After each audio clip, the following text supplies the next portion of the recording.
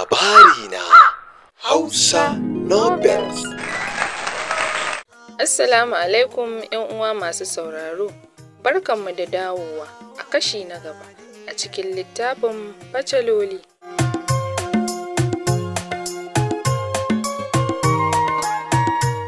Ni a ganina duk mun riga da mun zama ɗaya, ko da babu wata alaƙa tsakanina da kai, ai kai maƙocina ne, saboda haka ka daina cewa komi kan wannan magana. Ita kuma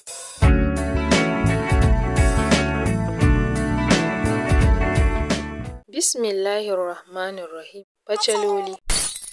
Ita kuma mamana ya zama dole ta koma gidan Ahmad, tunda dai har yanzu da muke maganan nan ba cewa yayi ya sake ta ba, saboda haka ka faɗa masa an jima ya zo ya ɗauke ta su tafi. Da sauri ya ce a'a, haba aminina, yaya za ka ce haka bayan duk Zubair ya faɗa min cin kashin da yake mata, sai kuma a ce ta koma tun yanzu? Ai kaga ba a nuna masa yayi laifi ba kenan, saboda haka yanzu ina son a kira min ita ta faɗa min duk abin da ke faruwa. Shi ma yanzu zan kira sa duk a yi ta ƙare, idan ma ya gaji da zama da ita sai ya sake ta, don ba zan yarda da wulaƙanci ba. Malam ya murmusa cike da takaicin abin da ke faruwa, yadda yake jin adawiya a ransa, abin babu abin kwatance a ciki. Yana son yarinyar ne sosai, saboda kaf yaransa babu wacce ta yi kama da mahaifiyarsa sai ita, kai hatta maganar su ma iri ɗaya ce. Yana roƙon Ubangiji ya fidda ta a cikin wannan matsala. Da kansa ya shigo, muna zaune a falon Ami, tana kallon series ɗin Labarina a sabuwar TV ɗin da Abba ya siyo musu, ni kuma ina cin abinci a lokacin.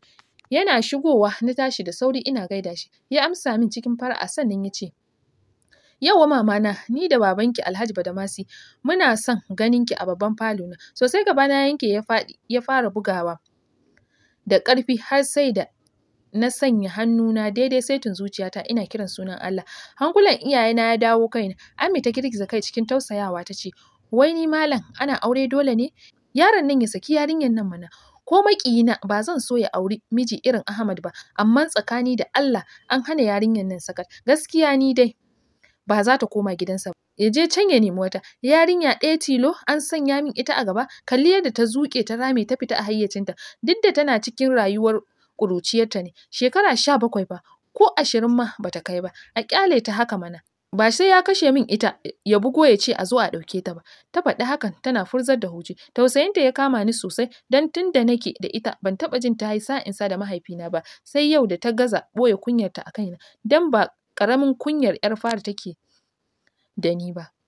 Malam ya kalle ta cikin kwantar da murya da damuwa ya ce, ki yi haƙuri Zulaiha, ki kuma sanya wa zuciyarki salama akan wannan batun. Shi fa aure rai ne da shi, sai ki ga ke kina nan kina huci da ta da jijiyar wuya, ita kuma yarinyar ta ce za ta koma wa mijinta. To kin ga kin ji kunya anan ko? Saboda haka ina mai ba ku haƙuri da ki cire bakinki cikin wannan magana. Da sauri na ce, in bar maganar ko? Tunda bata shafe ni ba ko me? Ai wallahi idan ka ga na cire bakina a maganar 'yata, sai dai idan mutuwa ne. Malam ya fara harzuka, abin da bai taɓa yi ba. Kula mace idan tana hauci, sai na ga yana ta bala'i har yana magana in dai ta ƙi yarda na koma, to ta shirya bar masa gidansa, don ba zai zauna da mara jin magana ba. Da sauri na tashi na shiga tsakaninsu, don har mutanen gidanmu sun fara jin komai, don tuni har mama uwar gida ta hallara a wajen tana wani mugun murmushi mai cike da fassarori da dama. Na ce don Allah ku yi haƙuri, ku bar maganar nan, duk a kaina ne iyayena ke faɗa. Duk akan aurena ne kuka samu wannan gagarumar matsala. Don Allah ku yafe min iyayena, ku sasanta kanku, in dai kiranka ne Abba zan je, amma ba na son ganin ku cikin wani hali. Na faɗi hakan ina mai fashewa da kukan tausayin kaina da na iyayena. Malam ya fita cikin tsananin fushi har yana tuntuɓe. Mama uwar gida ta gama shigowa ɗakinmu ta ce, Zulaiha, wai me yake faruwa ne? Amma sai na ji kamar magana kuke akan komawa ta gidan wannan banzan yaron Ahmad ko? To wallahi kada ki bari yarki ta koma masa, dan ba daina halinsa zai yi ba. Dan na ji an ce ma abin gaba yake, dan har neman mata yake. Wata tsawa Ami ta daka mata har sai da na tsorata. Ita ma maman ta tsorata sosai. Ke Jamila, kar nake ganin ki munafuka mai fuska biyu, wato kin zo kina min dariya, kina murna na yi faɗa da malam, to aini kin san a tarihin rayuwata ban taɓa yi ba, ke kuwa wani irin rashin arziki ne ba kya masa a gidan nan, saboda haka kada ki ƙara sanya min baki akan auren 'yata. Ki je ki ji da matsalar taki yaran da suka yi miki kwantai a ɗaka. Sosai mama ta yi mamakin jin wannan furucin daga bakin Ami, ta kama kukan munafurci tana cewa, yanzu ni Zulaiha kika zaga a gidan nan dan kina ganin yanzu kin dafa ƙasa da hannayenki to wallahi sai kin san kin faɗa min magana. Ammi ta yi mugun tsaki ta juya mata baya ganin ta ƙi fita ne yasa ta taso da sauri tamkar za ta rufe ta da duka. Sai ta fita da sauri tana zagin Ammi ni kuwa kallon su kawai nake dan Ammi ta bani mamaki sosai. Dama an ce mai haƙuri bai iya harzuƙa ba. Ganin maman ta fita Ammi ta juyo gare ni tana nuna ni da manuniyarta ta ce to saura kuma idan sun tambaye ki za ki koma ki ce wallahi daga ranar na raba gari da ke kada ki ga malam ya ce in bar masa gidansa ki ji tausayina to a halin yanzu ina da gidan da zan zauna idan ya sake ni daga ni har ke ba za mu tagayyara ba tunda ina da aiki na saboda haka ki tashi ki bi umarninsa ki je idan kuma kin je ki buɗe bakinki ki yi magana don kada a ƙara cutar ki don na lura har da sakacinki ma ko muke faruwa. Na tashi na fita duk jikina babu ƙwari na shiga babban falon malam na sunkuyar da kaina ina gaida baba ya amsa ya ce yana cewa zo kusa da ni iyata ki zauna. Na zauna cikin jin kunyarsa amma duk kana kallo na za ka san ina cikin matsala sai kuwa na jiyo maganar baba yana cewa ‘yata dama ina son ki faɗa min gaskiya abin da ke tsakaninki da shi dan Zubair ya faɗa min wasu amma ba lallai ya san wasu ba. Bakina na karkarwa na ce baba dan Allah a bar maganar baki ɗaya ba na son tuno abin da ya wuce amma idan hakan ya ɓata maka rai ka yi haƙuri. Ya kalle ni cikin nutsuwa dan ya gane ina son kare mijina ne ba na son faɗin sirrinsa. Ya ɗauki wayarsa ya fara kiransa kiran farko ba shi ne ya ɗaga ba. Mace ce ta ɗaga ta ce hello wai waye haka ya damu mutane da kira sosai abin ya bawa baba mamaki ya ce ke ɗin wace ce da kike tambaya sai kuwa ta ce ka ji min ɗan renin hankali ka kira wayar mutane sannan ka ɗige da tambaya saboda haka kada ka kuma kiran wannan wayar. Sai kuwa ya ji an kashe wayar da sauri ya kalle mu ni da malam bai san tuntuni na ji komai ba na sunkuyar da kaina wani abu na yi min yawo a ƙirjina yanzu a ce mijina shine yake neman mata mijin da na bashi dukkan yardata na bashi komi na rayuwata na sadaukar da farin ciki na akan nasa amma yau shine yake gutsire rayuwata zuwa gunduwa sai na fashe da kuka mai tsanani dan ba zan iya barin a raina ba tunda ina da raguwar zuciya. Baba ya ce Adawiya ina son ki share hawayenki insha Allah zan tsaya miki ba zan bari ya ƙara cutar da rayuwarki ba tabbas zargin da nake masa ya zama gaske zan kuwa nuna masa ni ne uban shi kuma ɗana ne. Daidai lokacin kira ya shigo wayarsa ya ɗaga kiran yana mai gimtse fuska ya ce wato Ahmad a halin da ka faɗa kenan ko to babu laifi amma ka sani yau ba sai gobe ba za ka ba wa Adawiya takardarta sannan duk inda kake ka zo yanzu muna nan muna jiran ka a gidan malam. Bai bari yayi magana ba ya kashe wayar cike da haushi da kuma nadamar ɗaukar Ahmad a mutum ashe rayuwar dabbobi yake gudanarwa.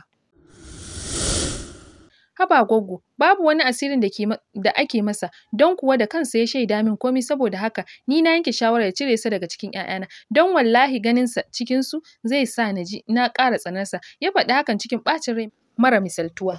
Gwaggwala ta ce la ilaha illallahu Muhammadu Rasulillahi yau na ga abin da ya ishe ni. Aukai yanzu har ka yarda cewa shi ɗin zai aikata hakan yana cikin hayyacinsa to wallahi akwai wata a ƙasa don duk yadda aka yi waɗannan miyagun matan naka biyu su suka shirya komi amma zan shayar da su baƙin cikin da suka sanya min a ciki tabbas wannan mummunan abu ne ya faru a masarautar nan sai dai duk da a halin yanzu wasu sun san maganar to ba kowa ne ya sani ba kuma ina son ta tsaya a nan amma tabbas yaron nan akwai abin da ke bin rayuwarsa wanda mu ba mu sani ba. Abu ɗaya zan faɗa maka shine ka janye wannan mummunan furucin naka a kansa sannan kada ka yarda wannan lamarin ya haifar maka wata matsala kai dai abin da zan ja hankalinka shine ka tsaya da bautar Ubangiji tare da sadaka da nafilfilu idan ma wani ne ya yi wannan abin ya koma kansa idan kuma ba wani ne ya yi ba Allahu ya sa shi ne mafi alkhairi a rayuwarsa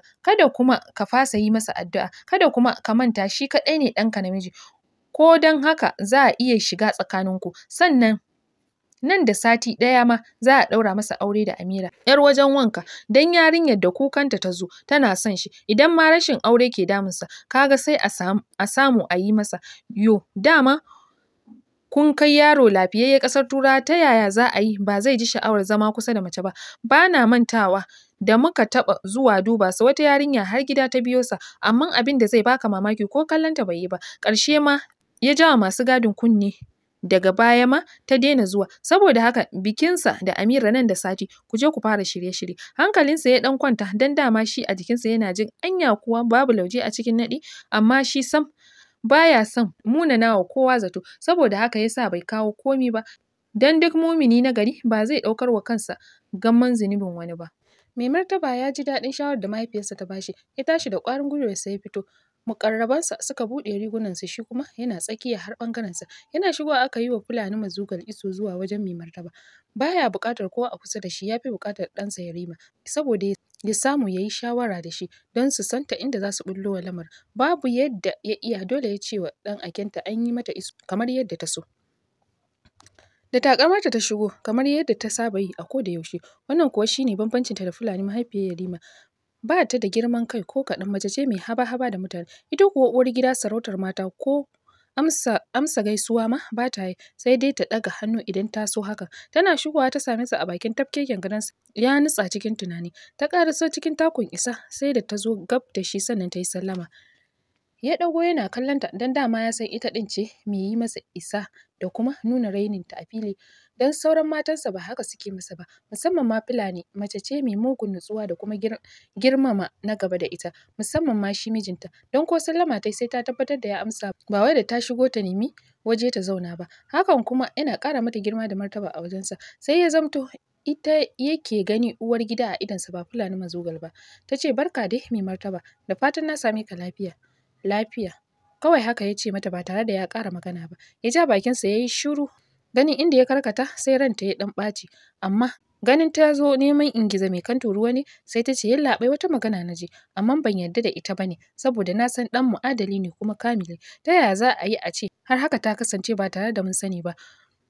Wannan ma ai wani lamari ne kamar na almara. To shi ne ya sa na zo mu rufe mu binne ba tare da kowa ya sani ba. Kallon gefe ya yi mata sannan ya juyar da kansa don ya san inda ta dosa, wato har an kai mata gulmar kenan.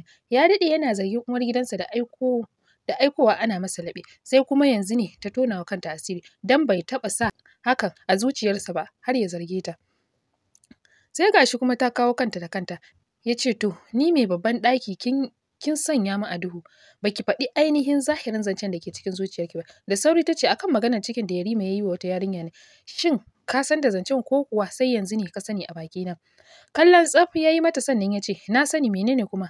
Ganin kamar ya harzuka ne, sai abin ya bata mamaki, dan bata zaci zai faɗi abin da ya faɗa ɗin ba. Sai kuwa ta ce, amma abin ya bani mamaki sosai, sai nake ganin kamar abin zai shafi wannan babbar masarautar da kuma ɓata mata suna, wacce aka gina ta kusan shekara 1000 da ɗoriya. Kaga kuwa gwara tun abin bai fito kowa ya sani ba, mu kirawo sa mu ji ta inda za a gyara barakar, ko kuma ya bar maka masarautar, amma zamansa zai iya cutar da wannan masarauta.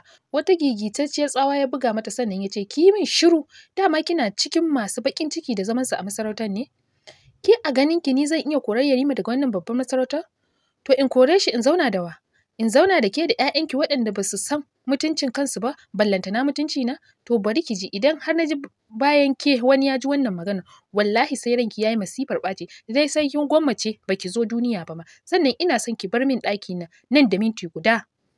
Ina huci yake magana tamkar zai dake ta, abin da bai taɓa yi mata ba a dukkanin zamanta da shi. Ta ɗauki wani alwashi da kuma wata mummunar aniya wacce take ganin ita kaɗai ce za ta iya kawo ƙarshen wannan maras mutuncin yaron, wanda tun da ya zo duniya har ila yau bata huta ba. Cikin fushi ta fito daga ɓangarensa. Dama ranar kwanan Fulani Sura ne, saboda haka lokacin ta taho zuwa shashin mai martaba ne, a hanya suka haɗu. Fulani Mazugal ta bangaje ta wuce. Sosai abin ya yi wa Fulanin Sura ƙuna, ta rasa me yasa ta zamo musu ƙarfen ƙafa. Ita ce matarsa ta farko, amma ko kaɗan ba ta son ta ga wani ya raɓe sa, ko da kuwa ‘ya'yansa ne, in dai ba nata yaran ba. Da yake mace ce mai haƙuri sai ta wuce gaba abinta, don ba abin mamaki ba ne daman, don ta san halinta tun ma ba yau ba. Tana zuwa ɓangaren ta dinga kewaye tana neman matsaya guda ɗaya. Can ta cafko wani abu ta zauna da sauri, ta lalubo wayarta ta kira ƙanwarta wacce take auren Waziri. Tana ɗagawa ta ce, ina son duk abin da yake ki zo ki same ni, don kuwa mafitar da muka daɗe muna nema sai yanzu muka same ta. Saboda haka ki yi maza ki zo yanzu mu rufe ba tare da kowa ya san da hakan ba. Kashe wayar ta koma ɗakinta gami da wani yin 'yan surutai sai ga wata baƙar mata bokanya a gabanta sanye da baƙaƙen kaya wulin. Kuka ta fashe mata da shi sannan ta ce, Binni ki taimake ni, na rasa yadda zan yi da rayuwata, na rasa yadda zan yi da wannan ƙadangaren kan tulu, wato mai martaba da ɗansa. Ta kai yau har tsawa mai martaba ya buga min saboda ɗansa. Ina son a yi min abin da zai wargaza rayuwarsa kamar yadda ta fara wargajewa.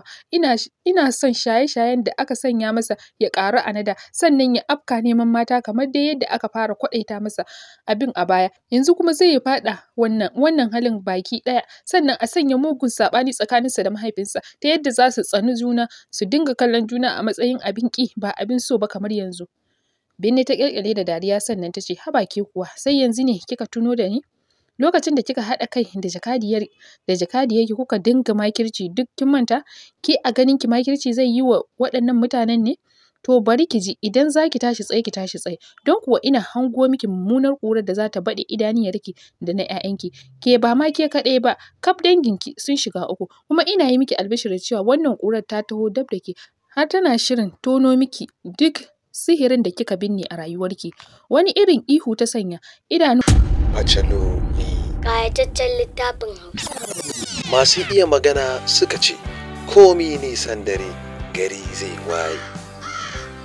Akwai wata shawara da nake so in baka, wanda idan har muka ɗauke ta za ta dawwamar da zaman mu har abada. To ina jinki, wace irin shawara ce wannan? So nake ka ƙara aure. Ni da ne miki alƙawari har abada ba zan taɓa miki kishiya ba? Ai dole ce ta sa, domin idan muka dawwama babu haihuwa, ai kaga dole iyayenka za su raba. Amma kaga idan ka auro wata ta zo ta haihu, za mu iya karɓar bebin sai kuma ita mu kore ta. Kina ganin hakan yayi? Abin da kike so shi za a yi. Dan na fi ƙaunarki fiye da kowace mace a duniya. Hatsabibiya, ƙautacciyar maki. Rashin haihuwa ya rikita ta, ya gigita ta, ta rasa ina za ta sa kanta domin ba ta sha'awar ta rabu da wannan miji nata. Hatsabibiya. Wani littafin ya haɗu sosai. Ina za ta sa kanta? Shin wannan shawara da ta ba mijinta ya yi kuwa? Ku biyo mu a wannan shahararren littafi, Hatsabibiya. Ya samu rubutu daga Ummu Mahir, Mrs. Green. Mu kasance da mu da ku akan YouTube channel ɗinmu, wato Labari na Hausa Novel, domin jin irin turka-turkar da yake ɗauke da shi a wannan littafi. Hatsabibiya.